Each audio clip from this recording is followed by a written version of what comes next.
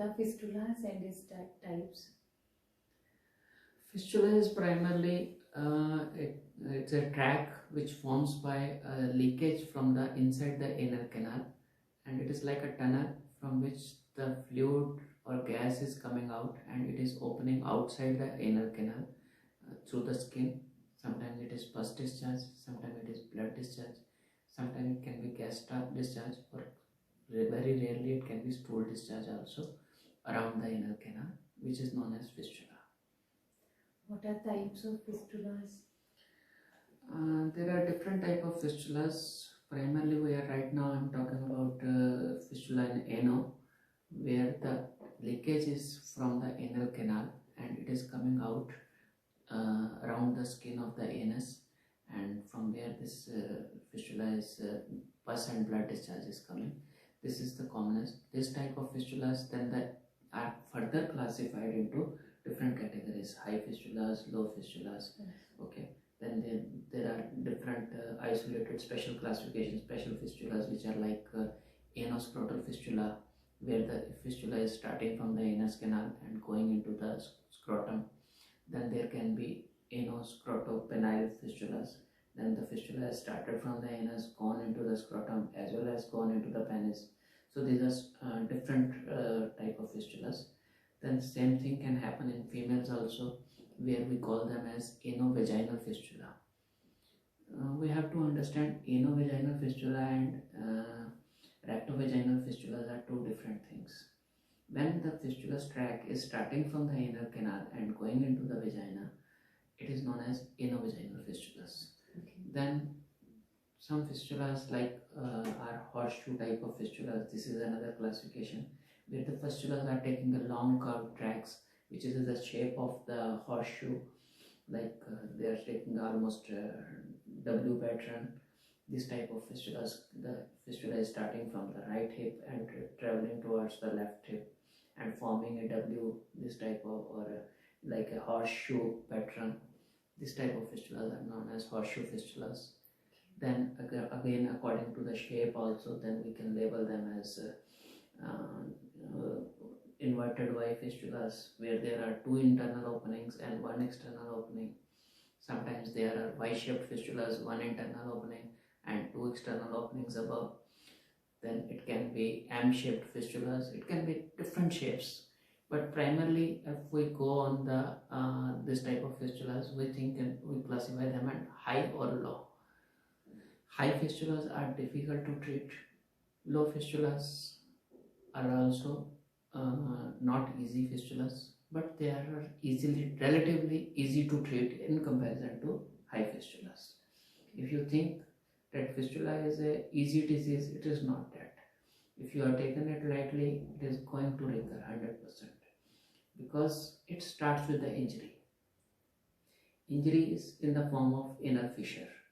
Inside the anal canal, when somebody is passing stool, there is a cutting which causes on and off painful defecation. It causes sometimes blood discharge, and patient feels a lot of discomfort while passing stool. So this is the situation of anal fissure.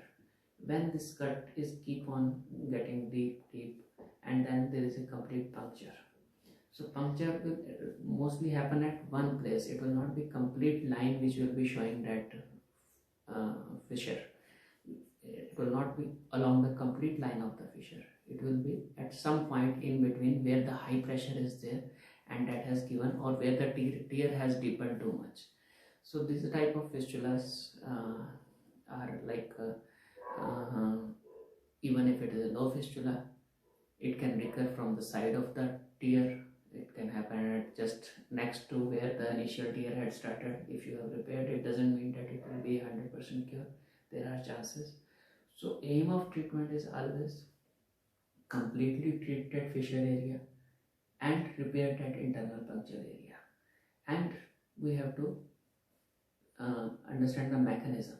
And the mechanism, because when it is because of the high pressure or straining, then we have to work on that also, that there should not be any straining, there should not be any obstruction in the path of stool, so the patient do not have to strain. So then only this type of fistulas can be cured, whether it is a high or it is a low. So many people think, oh, I had a low fistula in my MRI. I did the treatment, but it has recurred. It has recurred because there were multiple places it was injury, but one place has been repaired. That is one cause. There can be many other causes for the recurrence also. Recurrence can be because of we are not able to reach that area where the internal opening is there. Sometimes they say it is a sinus. I got operated for a perianal sinus. There was no internal opening. My MRI was not showing any opening. But it is almost not possible. It is not possible that there is no leakage inside and the pus starts forming outside. Then it is a bile. Then it is not a fistula. All perianal sinuses are fistulas. Yeah, I can say that probably we are not able to identify that opening. Right now it is so weak, so small that is not identified. If in that case you are thinking of treating that sinus by surgery, it is better not to do surgery if you are not thinking of curing or clearing that internal opening. So if you are suspecting, if you have high suspicion internal opening is this point, then we should proceed and find it out and clear it out. If you are thinking, no, it is a sinus, I will just take out the track, it will be okay. No. It is one rare circumstance it can happen that if that sinus is a pilonidal sinus. Some of the patient I have treated where there was a pilonidal sinus, there was a clear-cut hair inside those tracks, and when we did the MRI people were telling us, the doctors were telling us, the radiologist was telling that there is a satin inside. But I was still doubtful. I took the patient for the surgery. I thought either I have to find out the internal opening or whatever the cause. And when we removed that sinus, we could find out the tuft of hair in it. And that tuft of hair in that fistula, that sinus, was looking like a satin placed inside. So the doctor was confused that there was no surgery done. I was also sure that there was no surgery done. Patient was telling that there is no surgery done previously, but MRI is showing a satin. So in that cases, there can be a pilonidal sinus, which is actually a sinus which is not communicating with the rectum. Otherwise, there is nothing like perineal sinus, which is a blind ending. They have to be fistula. We have to identify and clear it. That's it. Okay, so we will identify it with the help of MRI. Yeah, MRI is able to identify, but it cannot identify in all. Many patients, normally people do sinogram. Sinogram, even a proper fistula can be missed out, which has internal opening. That can be recognized with the help of MRI. But when this type of cases where internal opening is so bleak and it has so scarred that it can be missed on MRI. Okay, so basically what are the common symptoms of these fistulas? Common symptom of fistula is painful swelling around the anal canal, a swelling which keeps on coming and going. Especially this type of swellings increases after constipation. Once the constipation is there, they feel swelling in that area, and sometimes they feel pus discharge, sometimes they feel blood discharge, sometimes just a gas bubble forming, and when the patient sits on that, he feels little comfortable because that bubble where the pus has collected, it drains internally, so it gives some comfort to the patient, and patient feels some pus leakage was there or some gas leakage was there. After that he became comfortable. These type of symptoms are there of the fistula. And what are the causes of these fistulas? Commonest cause for fistula is constipation. Whenever there is hard stool, it starts injuring the anal canal. It leads to the you can say fissure formation, and that fissure formation, patient starts taking different type of medication. He starts applying different anesthetic creams, and because of that anesthesia in that region, the injury is also happening. Injury is happening, but patient is comfortable because if that area, if I give a local anesthesia or any anesthesia, I just make this area numb, and still that area, when the numbness has been created with the medication, stool is still injuring them, and gradually that injury will lead to complete tear in the anal canal, from where that puncture forms, and from that the leakage starts, and then the fistula forms. Most of the patients have this cause. It can be different age groups, has different causes. Young children may be because of constipation, maybe that leakage is congenital. At the time of the birth they already had that leakage, and gradually it starts forming.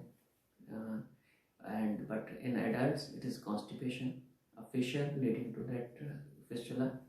And for pregnant females, again the constipation is the cause, which leads to different type of problems. And in adults, again the constipation. All the people who are on medication, like some people are on diuretics, some hypertensive medicine, or some patients are taking medication for their kidney problems, some diuretics, which is leading to the whole of the water going out through the stool and through the urine, and whatever the water is in the body wants to retain it, and it starts absorbing from the stool. The stool formation becomes hard, and that starts cutting inside the anal canal, and that is the another cause of this fistula. Patient says, I started that medication, I started some antibiotic, after that it has come up. But actually that time, after the medication, he developed some sort of constipation, and for that constipation he did not took proper care or medication, and that kept on injuring that area, and that led to formation of the fistula. Basically, these fissures, anal fissure, are main causes of. Yeah, it is the commonest cause for this problem. Okay, so what is the role of conventional surgeries in fistula? So before doing any conventional surgery or any treatment, first of all we must diagnose it completely, because what happens is, whenever you are starting the treatment, there are different modalities available. There will be surgical treatment also, there will be medical treatments also. The ones who do not understand the complete mechanism of fistula, they will start giving you, or just for their own benefit, they will start giving you different type of things which will be laxatives or some sort of antibiotics. Laxatives will reduce the pressure in the anal canal, and patient feels some discomfort, some comfort. And second thing, when he is taking that light diet, pressure inside the canal reduces, they start feeling a little bit of comfort. Along with when they give the antibiotic, that external opening starts getting healed. But healing of external opening is not the treatment. Be it with any medication, be it with your natural herbal medicine, be it with the home remedies, be it's your homeopathic medicine, Ayurvedic medicine, or allopathic medicine. All of them are going to only treat external thing. They are not able to work. Even surgery is also a difficult thing to cure that internal leakage. So medication is not going to work at all. So whatever medication, whatever numbness you are creating with the help of different antibiotics or different local anesthetic creams, they are ultimately going to increase the problem. If there is one external opening, you start taking medicine, whatever medicine I tell you, I will not label it as homeopathy, I will not label it as allopathy or homeopathy or whatever. Whatever you are taking, it is just going to heal that external wound. If you still want to take medication, there is no harm. You do an MRI, start the homeopathic treatment, Ayurvedic treatment, or whatever way you want to start. Take that treatment. After 3 months, 6 months, whatever time your doctor says, do the MRI. Is there any improvement? But aim should be, you should be medicine free for at least 1 month when you are doing the MRI. If you are on antibiotic, if you are on medication and you are doing an MRI, there is high chances that infection, that tunnel which was filled with the fluid with the help of medication, that will just dry up. But drying up the tunnel is not the solution. We have to cure the internal leakage. How we can diagnose this, fistula in ano? Fistula in ano can be diagnosed primarily. First diagnosis is clinical. Most of fistulas can be identified clinically, but localizing the internal opening is always a challenge. It is not that easy to find clinically. Many times opening is so small, even with the help of our normal instruments we are not able to see that. So then MRI is a very good modality which is available.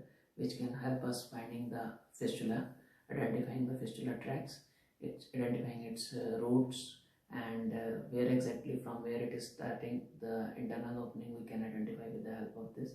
MRI is not just helpful for identifying the fistula, it is also helping us for the completion of the treatment. Once we have started the treatment, we have completed the treatment, after that also we do MRI to check that the thing is completely cured and not. But the identification of MRI, or you could say the interpretation of MRI, is not that easy even for the best of the radiologists. I am telling you some of the cases where our radiologists are not able to find. There can be 2-3 reasons. One, once patient has taken lot of antibiotics, that fistula is in a suppressed state, then these people will not be able to identify. It's difficult for them. I'm not saying not able to, that makes it difficult for them to identify. Another is, it's very difficult. Recently I had a patient where the patient was having a recurrent gas formation in the scrotum. He had typical symptoms of constipation. He had already undergone a fistulectomy also, but MRI was not able to identify anything. Patient has typical symptoms of, he was feeling that after passing stool he is feeling a gas in the scrotum or the testicular area. When he presses, he feels comfortable and the gas leaks out through the anal canal and he is becoming comfortable. So we did the MRI, but we were not able to. I sent him to the different radiologists, tried to identify what is the issue, I was not able to find. But when we discussed in the detail, we realized that fistula, whenever it is having fluid, the fluid intensity is there, that can be identified with the help of MRI. But when there is air in that, it is difficult. And if you are not too much expert, or if you are not looking for it, you can miss it. Some patients, MRI can be combined with CT scan to identify this type of air signals, but high level of suspicion has to be kept, then only you can identify, otherwise you are going to miss it. Okay. So now discussing about the treatment part, whether it is a low fistula, whether it is a high fistula, we have to treat them like all as a complex fistulas. There is nothing like a simple fistula. Some patients will get cured very fast, some patients will take long time, some patients it is supraelevator, some patients it is above the edentate line. These are little more complicated as compared to the ones which are below the edentate line. And for this type of fistulas, we require a longer treatment than the usual, and these fistulas recurrence rate is high, because when you go in that area, you try to treat that area, but you miss it out. Though you are identifying that opening, but that opening is too high, you are too much scared to work in that area because you are worried about the sphincter controls. So, but actually sphincter control is one thing which is making everyone so much scared about this fistula surgery. Though it's very important aspect, but we cannot let the fistula damage whole of the anal canal but just because of our fear that this can reduce the control. If minor reduced control is there after the surgery, we should not be worried about, but our aim should be completely cure the fistula if it is possible. And most of the fistulas are curable. This is a myth that this fistula cannot be cured. Fistula was initially known as, in the one word which was known as nasur. Nasur means it is a type of tumor or something, an ulcer which will never got cured. But it is not true with the fistula. Almost all type of fistulas are curable. Some may require less time to treat, some may require longer time to treat. Okay. Another common myth is that fistula can come back, recurrence is there. Recurrence can happen with any disease. If you have done a bypass, maybe after 5 years you will have to do re-bypass. If it's lifestyle related. If you take good care, there is less chances. And if the fistula is not treated, if you have not completely treated, it is 100% going to get recurrence. Patient says, I have taken 5 years of medication. Till I was taking medication, I was okay. Then I stopped medicine, I again got. That doesn't mean you were not treating the fistula. You are just suppressing the fistula with the help of medication. So that is not actually treatment. Actual treatment of fistula involves closure of the internal leakage point. If you have closed that internal leakage point, this fistula will get cured. If you have not done, you are just suppressing with whatever sort of treatment you are doing. Okay. So what is role of conventional surgeries in fistulas? Conventional surgeries are in the form of fistulectomy, fistulotomy, and then laser surgeries. Then there are anal fistula plugs and some Shasutra treatment. These type of are different type of modalities which are available. And then another modality is like where they were putting the glue also. This is another modalities. But these are all modalities. Some of them are successful, some of them are almost negligible success. So we have to choose what is best in the best situation. In fistulectomy, we normally remove the fistula tract and let it heal. But recurrence rate is almost 30 to 35%. The reason is it is not the problem with the surgery. Surgeon has done his job best. He has removed the complete fistula, but your body has not formed the tissue right way. Skin has a tendency to heal first as compared to the fat, because fat has low vascularity and whatever the lower tissue. If that gap is inside, patient is going to get regress. So if that healing has started from deep inside, there will not be recurrence. If it has healed from above and the inside thing is there, this is going to recur. You have to understand. And this is inherent risk with any treatment where we are not treating inside first and treating outside last. So aim of treatment is first treat the inside leakage. Once we are dealt with that, definitely these patients are going to heal. If you are not dealt with it, you are going to get the recurrence. Maybe recurrence is 30%, maybe recurrence is 50%. Okay. So treat, and then fistulotomy also same thing, almost similar recurrence. And these fistula plugs. Then fistula plugs, then the laser is also destroying the tissue, but you are not removing, you are not closing the internal tissue, you are going to get the recurrence. Patient come to me, sir, I have done 5 times surgery, 5 times lasers, I have not got. Sir, I have done WAF treatment. So what basically we do in lasers? Laser is primarily you are going to burn that tissue. There are n number of things available for burning that. You can be using radio frequency, you can be using different things. Only thing is laser is more precise. It is going to just which area you are working, that area it will burn. Okay. But burning is not the solution. We have to close that internal opening. If you are not closed it, whatever thing you have done, it is not going to help. So that's what I'm saying. That patient is coming, sir, I have done WAFT. WAFT means you are going inside, close that internal opening with a glue or something. But as the pressure increases, this can come up. Same thing is, but worst thing is, if you are not removed the tissue, just have done with some type of laser, just charge it, not close the internal opening, definitely is going to get regress. Okay, so with laser, chances of reoccurrence are also? Yeah, it is there. It is very much there. You can say 50% recurrence. So many people say, oh, laser has got so much recurrence. I was thinking that there is no recurrence. No, it is not. I have treated a number of recurrences from the lasers. So there is nothing like that. Okay, so we have heard many times this technique, Shasutra. Shasutra is a good technique which is going to help many patients. It has helped also. But what myth is that it is 100% correct technique, it is all patient will heal. No, that is a myth. Another problem with Shasutra is it is unhygienic. Third problem is it's intolerable. Patient gets so much severe pain, so much discomfort, they do not tolerate. They start the treatment, they run away. Then they get so much pain that then they will not go for any other treatment. They will start taking medication, they will miss out everything.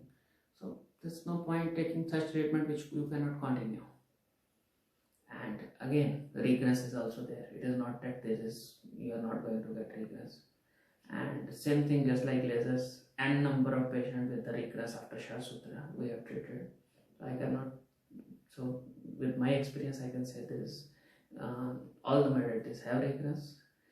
The modality which is treating first inside, be it fistulotomy, be it fistulectomy, be it Shasutra, all are going to treat the patient.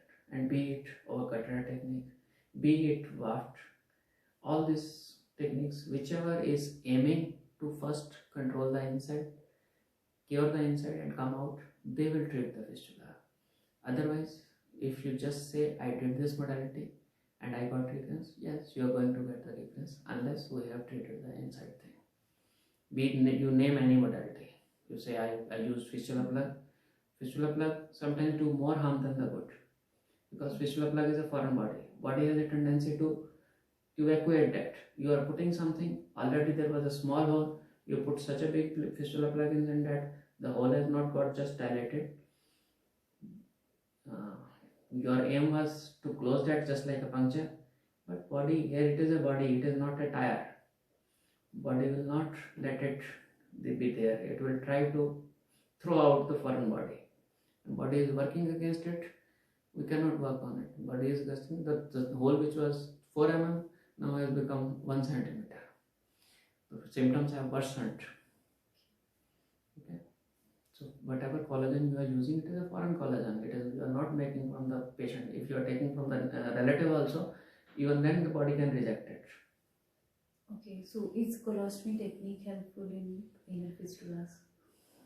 Actually, colostomy is not a technique for fistula treatment, but it has been misused for the, you can say rather than misused, it is used for the cases to treat for temporary purpose, to divert the stool from the opening where the leakage was forming. Some channel is there.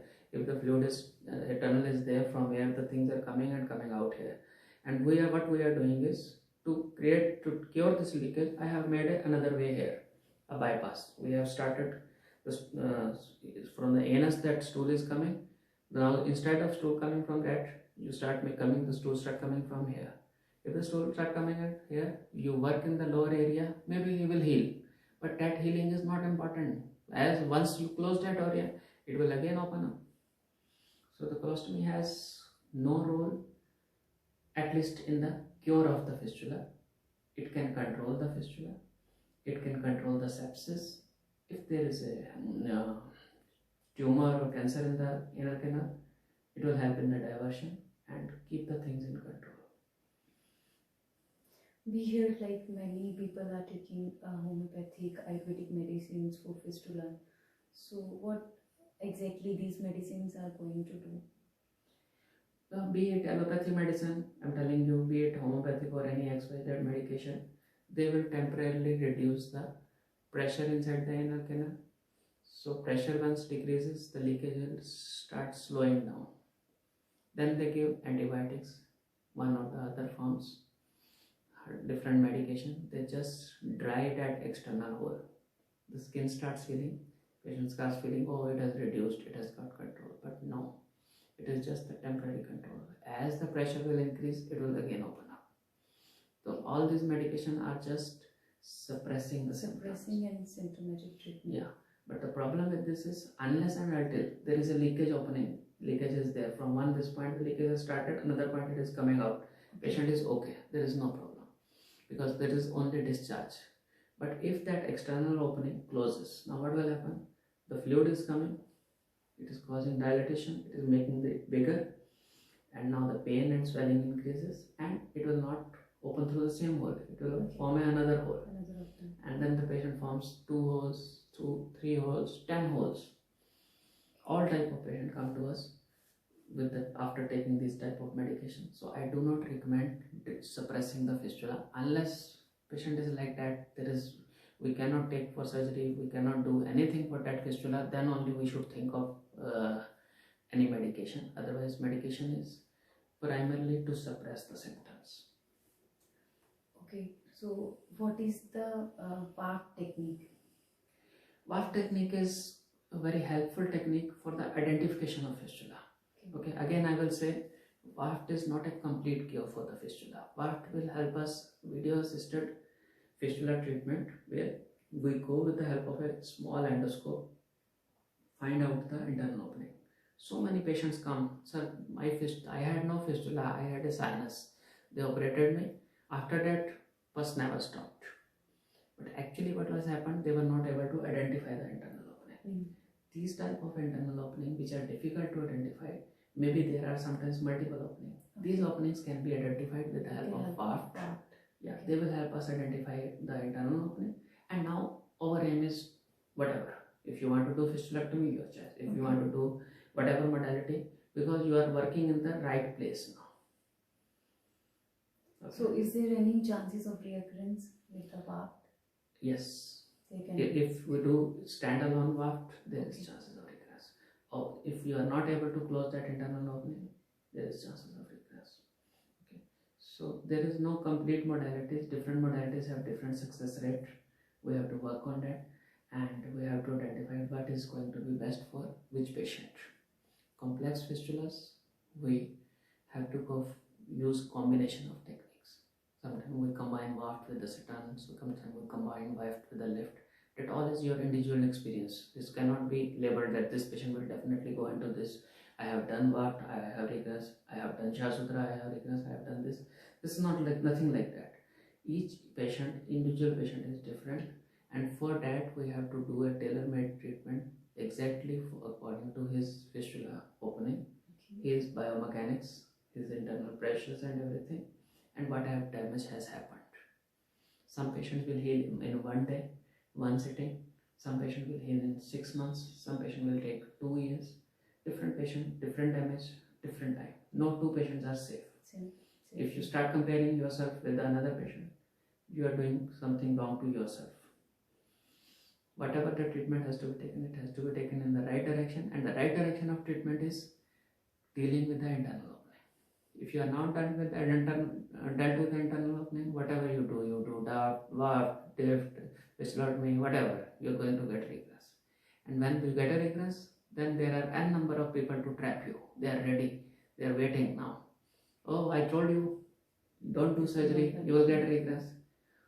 70% of the patient got cured, but only 30 which do not cure, they made this type of statement that this thing will not work. It is not that. All patients will not fit into that, but different techniques are available. Our technique, which I am going to talk again, is Katra technique, where we are working first in the internal opening. We are using the waft also combination. We are using the sit-on also with this, and we are using the segmental resection with this. We are using the lift also in this. So all this combination is going to help the patient, and we can achieve near 100%. No, nothing is 100%, but we can achieve at least scientifically, biomechanics. We are almost everything. When we are correct, we expect complete resolution. Until we are not going into the biomechanics of the disease, we are going to get the regress.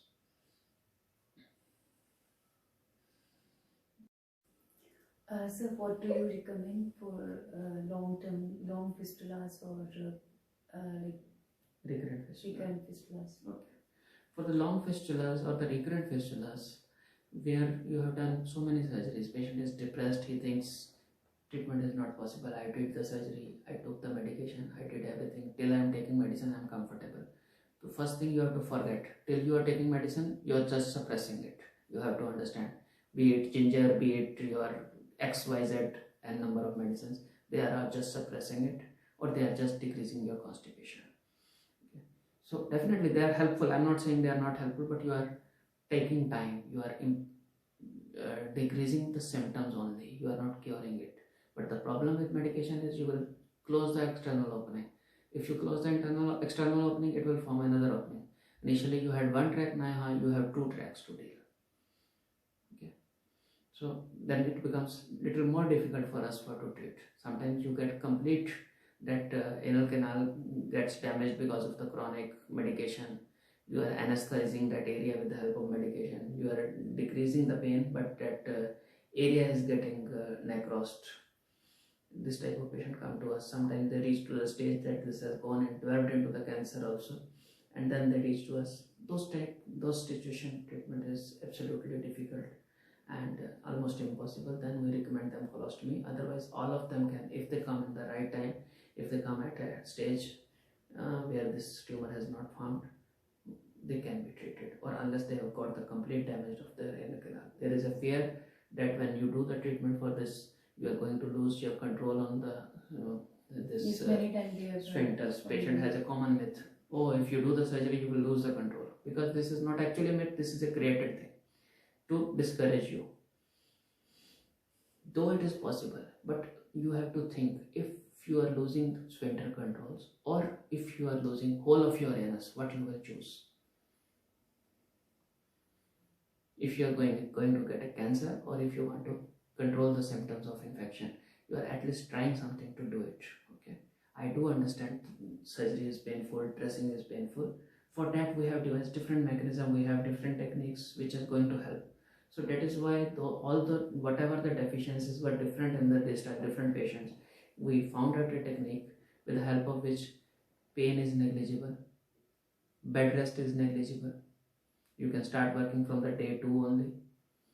No, almost negligible eating restrictions, except I tell the patient, don't take too much spicy. If you want, you can take the spicy, but only thing, you will get burning in that area. Why you want to take? If it is your choice. If you still want, you can keep taking the chilies also. Avoid the constipation. Yes, we have worked in an area. If you become a lot of constipated, you are injuring that area again. We are trying to repair it, and we are at the same time we are injuring. It is not a good idea. So these are the only restrictions. We just, even small children, when we do the treatment, they tolerate the treatment so well. 5 years, 6 year children, 1.5 year child, 15-year girls, 80 years old age man, all spectrum we have treated with the help of our special technique, where we are combining different techniques, and along with I am using the cutter technique, where we are doing the segmental resection of this type of complex fistulas. We are dealing with the stages where we know we cannot deal complete thing in one go. We gradually work in the most prominent area, most difficult area, and we work on the root of the fistula, where it has started, where the internal opening is, which is the leakage point. Okay, when we work on it, we repair it, we recreate that area. It may take a month's time, it may take a week time, it may take 6 months time, it may take 1 year, but all this area can be recreated, reformed, and then gradually, once we are done with this, all fistulas are going to heal. Unless this fistula, there are special circumstances, like I told you, if there is already cancer formed, we will not recommend treating it from the down. We will prefer to do whatever chemo or radiotherapy needs to be done and do the colostomy. It is a different situation, but otherwise most of these fistulas are curable. Some of them will heal very fast, some of them will take longer time. But best part about the treatment is, you come, get the treatment done, start sitting from the day 1. No dressings, no painful dressing, like daily changing of the dressing, no external help needed. You can do it yourself. You are ambulant, you can resume your duties from day 1 or day 2, and from my side, no restrictions on the food and everything. So, but if you are able to, while performing your normal duties, while performing your this thing, you are getting cured, there's nothing better is available, at least at present. This is the best thing which is available, and which is helpful also. And one thing which is must to remember, that fistulas are curable if we are working the right way. Don't go with the name of the modalities, that I do laser, I do waft, I do XYZ. It is whatever is going to cure the internal opening is going to cure you. Okay, that's it.